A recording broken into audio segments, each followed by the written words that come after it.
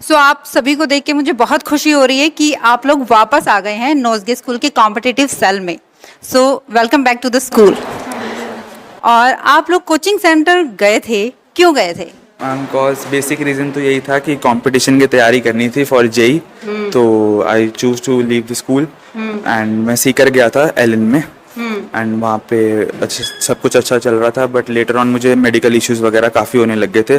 तो फिर मेरे पेरेंट्स ने डिसाइड किया कि वो मुझे वापस यहाँ पे स्कूल में ज्वाइन कराएंगे, बिकॉज कॉम्पिटिटिव सेल बहुत अच्छे तरीके से वर्क कर रहा था और परफॉर्मेंस भी अच्छी थी और फैकल्टी भी काफ़ी अच्छी थी। तो उन्होंने डिसाइड किया कि वो घर से ही कंटिन्यू रखेंगे और यहीं से मुझे अपने पास रख के कोचिंग दिलवाएंगे। तो अभी आपको कैसा लग रहा है नोज़गे स्कूल के कॉम्पिटिटिव सेल में आके? अच्छा लग रहा है मैम। एंड ऐसे लग रहा है घर को वापस लौट आए हैं? हाँ, ऐसा लग रहा है बिकॉज मैम वो घर तो घर ही होता है। एंड यहाँ बचपन से पूरे स्कूल में था तो वो अटैचमेंट भी थी। कब से एडमिशन लिया था? मैम मैं प्री नर्सरी से। प्री नर्सरी से। तो छोड़ के जाते हुए भी ऐसा लग रहा होगा कि क्यों छोड़ के जा रहा हूँ? यस मैम, वो थोड़ा रहता ही अटैचमेंट काफ़ी थी स्कूल से, बिकॉज 14 ईयर्स हो गए थे स्कूल में। एंड तो टीचर्स के साथ भी अलग अटैचमेंट थी एंड एवरीथिंग एनवायरनमेंट भी बहुत अच्छा था एंड जाते टाइम भी लगा था। बट जब वापस आया तो लगा कि हाँ ठीक है, अब अपनी जगह है, सब कुछ यहीं से स्टार्ट किया था तो क्यों ना फिर जब लाइफ में कुछ अच्छा करना है तो फिर यहीं से कंटिन्यू रह के करना। आपने कितने टाइम तक वहाँ पे अभी क्लासेस ज्वाइन की? मैम 1 ईयर मैंने 11th का कोर्स वहाँ से किया था। मैम बेसिकली वो बहुत बड़ा कोचिंग इंस्टीट्यूट है, एलन है, तो वहाँ पे अलग सिस्टम है, हर कोई सब वहाँ पे सभी प्रकार की फैसिलिटीज़ हैं। तो वहाँ का अलग था, यहाँ का अलग था। मतलब ठीक है, वहाँ पे एक क्लास में 200 बच्चे भी होते थे तो सब पे इतना ध्यान नहीं दिया जाता था एंड ठीक है, बट यहाँ पे है मिनिमम स्ट्रेंथ है एंड सब कुछ है तो फोकस अच्छा रहता है। आपका नेम? मेरा नाम कनव। आपका नेम? धनवी। धनवी, अभी आप 12th में हो? अच्छा, आप यहाँ नोज़गे स्कूल का कॉम्पिटिटिव सेल छोड़ कर गए थे, क्यों? पेरेंट्स ने कहा था कि नीट की तैयारी करनी है तो फिर परफेक्ट एजुकेशन गई थी मैं, तो वहाँ कोचिंग सेंटर से करते हैं। बट फिर बाद में मतलब ऐसा था कि कंफर्ट जोन नहीं आ पा रहा था पढ़ाई में और एक कंसंट्रेशन नहीं बन पा रही थी, तो आई डिसाइडेड कि मैं वापस नोज़गे आ जाती हूँ। अच्छा, ऐसा लगा कि वहाँ पे बर्डन था ज़्यादा, स्टडी को लेके स्ट्रेस रहा, ऐसा कुछ रहा? हाँ, मतलब थोड़ा सा एज़ कम्पेयर टू नोज़गे वहाँ पर थोड़ा ज़्यादा था, इसलिए मतलब यहाँ पर आना मैंने बेटर समझा। और ये हमारी सबसे छोटी प्यारी सी, नाम क्या आपका? खुशी। खुशी।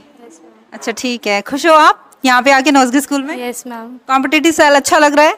Yes ma'am. क्यों गए थे छोड़ के? हमें बहुत याद आई। पेरेंट्स ने भेजा था उधर कि जेई की तैयारी करनी है तो फिर परफेक्ट से करानी, बिकॉज तब तक कॉम्पिटिटिव सेल स्टार्ट नहीं हुआ था, तो तब बस स्टार्टिंग में एडमिशन करवा दिया था। यस मैम, 11th में चले गए थे और जब यहाँ पे कॉम्पिटिटिव सेल स्टार्ट नहीं होता उससे पहले एडमिशन करवा दिया था उधर परफेक्ट में कि जेई की तैयारी करनी है तो उधर से करनी है। वहाँ की स्टडी में और यहाँ की स्टडी में क्या आपको डिफरेंस लगा? डिफरेंस तो ऐसा कुछ नहीं, सारे टीचर्स अच्छा पढ़ाते हैं। उधर बस प्रॉब्लम ये रही कि छुट्टियां बहुत लेनी पड़ी, आइसोलेट होना पड़ गया था काफ़ी मेडिकल इश्यूज़ के कारण। और वही फिर एक पीक टाइम होता है कि आपको सिलेबस के साथ करना है, तो वो नहीं हो पाया। उसके बाद मैं खुद कॉप अप नहीं कर पाई थी वहाँ से। अब कैसा लग रहा है यहाँ पे? अच्छा लग रहा है यहाँ पे वापस से स्कूल आके। आपको टीचर्स का सपोर्ट यहाँ पे किस तरह से मिल रहा है? मेरे कोई बैकलॉग है तो मैम जिसे मुझे कवर करवा रहे हैं, उन्होंने मेरे को काफ़ी वीडियो लेक्चर्स के थ्रू कराया गया है उसे, हाँ वो उसको कंप्लीट करवा रहे हैं। यस मैम, उससे उनसे हेल्प ले रही हूँ। उस चीज़ को कोई डाउट्स होते हैं तो पर्सनली मैम के पास जाके सॉल्व हो जाते हैं वो। तो हर तरह से एक एनवायरनमेंट भी है ही यहाँ पे नोज़गे में कि। तो आपके परसेंटेज कितने आए थे 10th में? 94। 94। मानव। आप कौन से कोचिंग सेंटर से यहाँ पे? ऑनलाइन पीडब्ल्यू से कर रहा था। ऑनलाइन से? हाँ जी, पीडब्ल्यू से। ठीक है, फिर वो छोड़ दिया? हाँ जी, वो बस क्यों छोड़ा? ऑनलाइन और ऑफलाइन का डिफरेंस रहता ही है। पहले एक्चुअली मेरी सिस्टर ऑफलाइन से स्कूलिंग के साथ थी, तो उसने बोला था कि सेल्फ स्टडी का टाइम नहीं ज़्यादा मिलता, तो उस वजह से ऑनलाइन करा। पर फिर वहाँ जाके जब पता लग गया था कि ऑनलाइन और ऑफलाइन में बहुत ज़्यादा डिफरेंस है। किससे लिया था? कौन से, किसी ऐप से, कोचिंग सेंटर से? फिजिक्स वाला पीडब्ल्यू। अच्छा, वहाँ पे ऐसे होता है कि आपका जो physics, chemistry and maths, bio है उस पर ही फोकस किया जाता है कोचिंग सेंटर में, है ना? और लेकिन यहाँ पे जो एक्स्ट्रा सब्जेक्ट्स हैं उस पर भी ध्यान दिया जाता है, ऐसा है यहाँ पे? यहाँ पर तो है, वहाँ पर बिल्कुल नहीं था। 11th में बिल्कुल भी इंग्लिश और 6 सब्जेक्ट 5th और 6th पर बिल्कुल ध्यान नहीं था, तो वो चीज़ मेजर डिफरेंस लगता है। आप नोज़गे स्कूल में कब से एडमिशन? मैं फर्स्ट से। नेम बताओ। माही अग्रवाल। अच्छा, कौन से कोचिंग सेंटर से आप वापस आए हो? परफेक्ट से। परफेक्ट से। परफेक्ट वाले कितने हैं भाई? 1 2 3 सारे एक ही रीजन से आएंगे वापस? वहाँ पे मतलब मेरा मेन रीज़न था, एक तो फिज़िक्स मेरी समझ में नहीं आ रही थी। समझ, ऊपर से मैथ्स में ठीक है, जो हो रहा था वो तो हो ही रहा था, लेकिन जो नहीं हो रहा था ना वो मेरी पूछने की बिल्कुल हिम्मत नहीं हो रही थी। पता था आगे से सर क्या बोलने वाले हैं। क्यों, किस तरह के वहाँ पे फैकल्टीज है? मतलब अच्छी है, बहुत अच्छी है, समझाते अच्छे से हैं, लेकिन अब पता था कि डाउट पूछने पे आगे से ये सुनने को मिलेगा कि जैसे एटम डर के मारे? एटम बम बनाना सिखा रहे हैं हम तुम्हें। तो मतलब डर के मारे आप लोग पूछ ही नहीं पाते? थोड़ा कम ही पूछते थे, जो पूछते थे वो तो पूछ ही लेते थे। अभी नोज़गे स्कूल के कॉम्पिटिटिव सेल में अगर आपको कोई डाउट होता है तो आप बेधड़क पूछते हो? हाँ, पूछने में नहीं होता फिर कि पूछ ही लो फिर। बता देते हैं मैम आराम से। हाँ, चलो, अभी वहाँ पे और यहाँ पे आपको क्या डिफरेंस लग रहा है? वहाँ पे तो समझ लो इंग्लिश तो थी नहीं, जैसे इंग्लिश तो 12th में ही पढ़नी, 12th में थी। यहाँ पे ठीक है, और आगे और अदर को करिकुलर भी तो है, फिर वो ठीक हो रहा है आगे सही। मतलब और एक्स्ट्रा एक्टिविटीज में भी पार्टिसिपेट कर रहे हो आप लोग? और आपकी जो हिंदी इंग्लिश, अभी हाँ, इंग्लिश ऐसे दे के आए हैं, वो बोलना फिर आता है थोड़ा। मतलब जो आपके अदर सब्जेक्ट है उस पर फोकस किया जा रहा है। Yes ma'am. ठीक है। भव्य मित्तल। भव्य मित्तल, आप कौन से कोचिंग सेंटर से वापस आए? मैम देहरादून गया था। देहरादून गए थे इतनी दूर? Yes ma'am. क्यों, वहाँ पे वेदर अच्छा है इसलिए? नहीं मैम, की था कि बाहर जाके स्टडी करनी है ऐसा। हाँ, फिर क्या हुआ? खाना पीना सेट नहीं आया, और मतलब स्ट्रेंथ बहुत ज़्यादा है क्लासरूम्स के अंदर। कौन सा कोचिंग सेंटर? चाणक्य। चाणक्य। तो वहीं पे हॉस्टल फैसिलिटीज थी या फिर पीजी लेके रहते थे? नहीं, हॉस्टल फैसिलिटी थी। ठीक है। और वहाँ पे स्टडी किस तरह से आप लोगों को करवाई जाती थी? जैसे यहाँ के नोज़गे स्कूल के कॉम्पिटिटिव सेल में करवाया जाता है इस तरह से था या कुछ डिफरेंट? नहीं मैम, डिफरेंट था। उनका मतलब कि जो अपना करिकुलम है वो उनका करिकुलम से मैच नहीं करता, क्योंकि वहाँ पे एक तो मेन रीज़न है स्ट्रेंथ बहुत ज़्यादा है। क्लास में 150 के अप्रोक्स हाँ नहीं किया जाता। नोज़गे में एक मेन रीज़न ये है कि स्ट्रेंथ कम है, तो मतलब कि पर्टिकुलर स्टूडेंट पे फोकस है टीचर्स का। टीचर्स को पता भी है, वहाँ पे टीचर्स को बच्चों के नाम ही नहीं पता, तो वो ध्यान क्या देंगे। हाँ जी। यहाँ पे ऐसा है कि आपके जो अदर सब्जेक्ट्स हैं उस पर फोकस किया जाता है, आप लोगों को मॉरल सपोर्ट किया जाता है। होता है कई बच्चों को समझ में नहीं आता, कुछ क्वेश्चंस होते हैं जो समझ में नहीं आते, तो वो अगर आप पूछने जाओ तो टीचर सपोर्ट करते हैं आपको?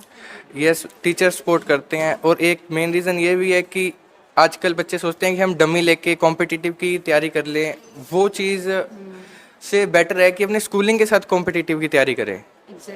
उससे जो अपने अदर सब्जेक्ट्स है उस पर भी ध्यान रहता है। यहाँ पे ऐसा भी है कि कम्युनिकेशन स्किल पर ध्यान दिया जाता है, ऐसा है? कोई बोलना चाहेगा? हाँ जी, स्कूल में मतलब कि कंपटीशन, अदर कंपटीशन में पार्टिसिपेट करने का भी मौका मिलता है, जिससे कॉन्फिडेंस एनहेंस होता है। ये मेन रीज़न है। और कम्युनिकेशन स्किल्स का तो फ़र्क पड़ता ही है, क्योंकि ये एक स्कूल है, स्कूल की तरह स्टार्टिंग से हाँ जी। उन्हीं टीचर से पढ़ा है। हाँ जी, वो बॉन्डिंग है टीचर्स के साथ, और टीचर्स समझते हैं मतलब कि बच्चे को क्या इशू आ रहा है, क्या ऐसे है, मतलब कि एक मेंटरशिप अच्छे से है स्कूल के अंदर। तो आप खुश हो यहाँ के कॉम्पिटिटिव सेल में आके? हाँ जी ma'am. Thank you. Girisha Setia, अभी आप कौन सी क्लास में हो? 11th, percentage? 10th के 87, कोचिंग सेंटर में गए थे, परफेक्ट एजुकेशन। फिर क्या हुआ वहाँ पे? वहाँ वो छोड़ के क्यों आ गए? एक्चुअली बैच की स्ट्रेंथ बहुत ज़्यादा थी, दो बैचेस कंबाइन होकर क्लास लगती थी मैथ्स में, तो डाउट्स वैसे तो क्लियर होते थे लेकिन पर्सनली नहीं होते थे। डाउट्स रह जाते थे, और मान लीजिए कुछ डाउट रह गए हैं, फिर अगर आप उन्हें पूछने के लिए जा रहे हो तो जा सकते थे? सर के पास टाइम ही नहीं होता था इतना। और यहाँ पे क्या है, यहाँ पे क्या है नोज़गे स्कूल के कॉम्पिटिटिव सेल का क्या हाल है वो बताओ हमें। यहाँ पर मेनली तो मतलब एक्स्ट्रा सब्जेक्ट्स पे भी फोकस करते हैं, वहाँ पर तो बिल्कुल भी नहीं करते थे। और फिज़िक्स में भी अच्छे से एक्सप्लेनेशन होता है, और मैथ्स में भी मतलब मैथ्स की स्ट्रेंथ कम है, तो डाउट्स अच्छे से सॉल्व हो जाते हैं। मतलब आपको कुछ डाउट हो तो आप बेधड़क जा सकते हो, पूछ सकते हो उनसे, कोई टेंशन नहीं है ना? अब ये बताओ कि आप लोगों को घर पे कुछ डाउट हुआ है, कोई सम है, कुछ क्वेश्चंस हैं, कहीं पे डाउट हो गया, अटक गए हो, तो आप कॉल करके किसी से भी सॉल्यूशन ले सकते हो अपने टीचर से? हाँ जी मैम, ये फैसिलिटी तो हमेशा रहती ही है कि टीचर्स हमेशा क्लास में भी कहते हैं अगर आपको किसी भी तरीके की कोई डाउट वगैरह है तो आप क्लास में भी डिस्कस कर सकते हैं। एंड पर्सनली उन्होंने टाइम दे रखा है कि आप इस टाइमिंग के बीच में भी उन्हें मतलब उनकी भी पर्सनल लाइफ है तो मीन्स ये कह सकते हैं कि डाउट क्लासेस डाउट क्लासेस हैं अच्छे तरीके से। है यस मैम, बिल्कुल है यस। Yes ma'am.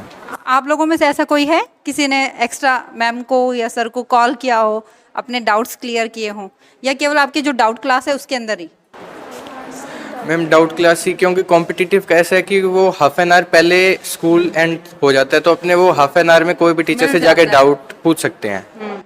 अच्छा, ऐसा हुआ कि आप लोग वहाँ पर गए, परफेक्ट मैं यहाँ पे छोड़ के, क्योंकि इतने टाइम से नोज़गे से जुड़े हुए थे, वहाँ पर गए तो फर्स्ट के 1 या 2 मंथ्स तो मन ही नहीं लगता, ऐसा हुआ? एक साल तक हो जाते हैं मैम, एक साल तक हुआ था? बिल्कुल। अच्छा, यहाँ पे किसी टीचर से आपको स्पेशल लगाव है कि हाँ ये मैम है, ये मैम हमें मन से पढ़ाते हैं, अच्छे से पढ़ाते हैं और हमारा कुछ भी डाउट होता है तो उसे अच्छे से क्लियर करते हैं, ऐसा है? यस, हमारे मैथ्स के जो सर है सीबी सर, वो उनका मतलब कि पर्सनल असिस्टेंस काफ़ी अच्छा है एज कंपैरेटिवली, या आपने कह दिया नेचर वाइज। वो ऐसा लगता है कि पूरे अपने जी और जान से पढ़ाते हैं और कभी भी उन्हें ऑनलाइन मैसेज कर दो तो विद इन 15 मिनट्स 20 मिनट्स वो हमेशा रिप्लाई करते हैं। ऐसे टीचर्स हैं? सीबी सर ही सब यस मैम। तो सीबी सर का नाम लो, वो भी खुश होंगे कि बच्चे मेरे से खुश हैं। चंद्रभान सर।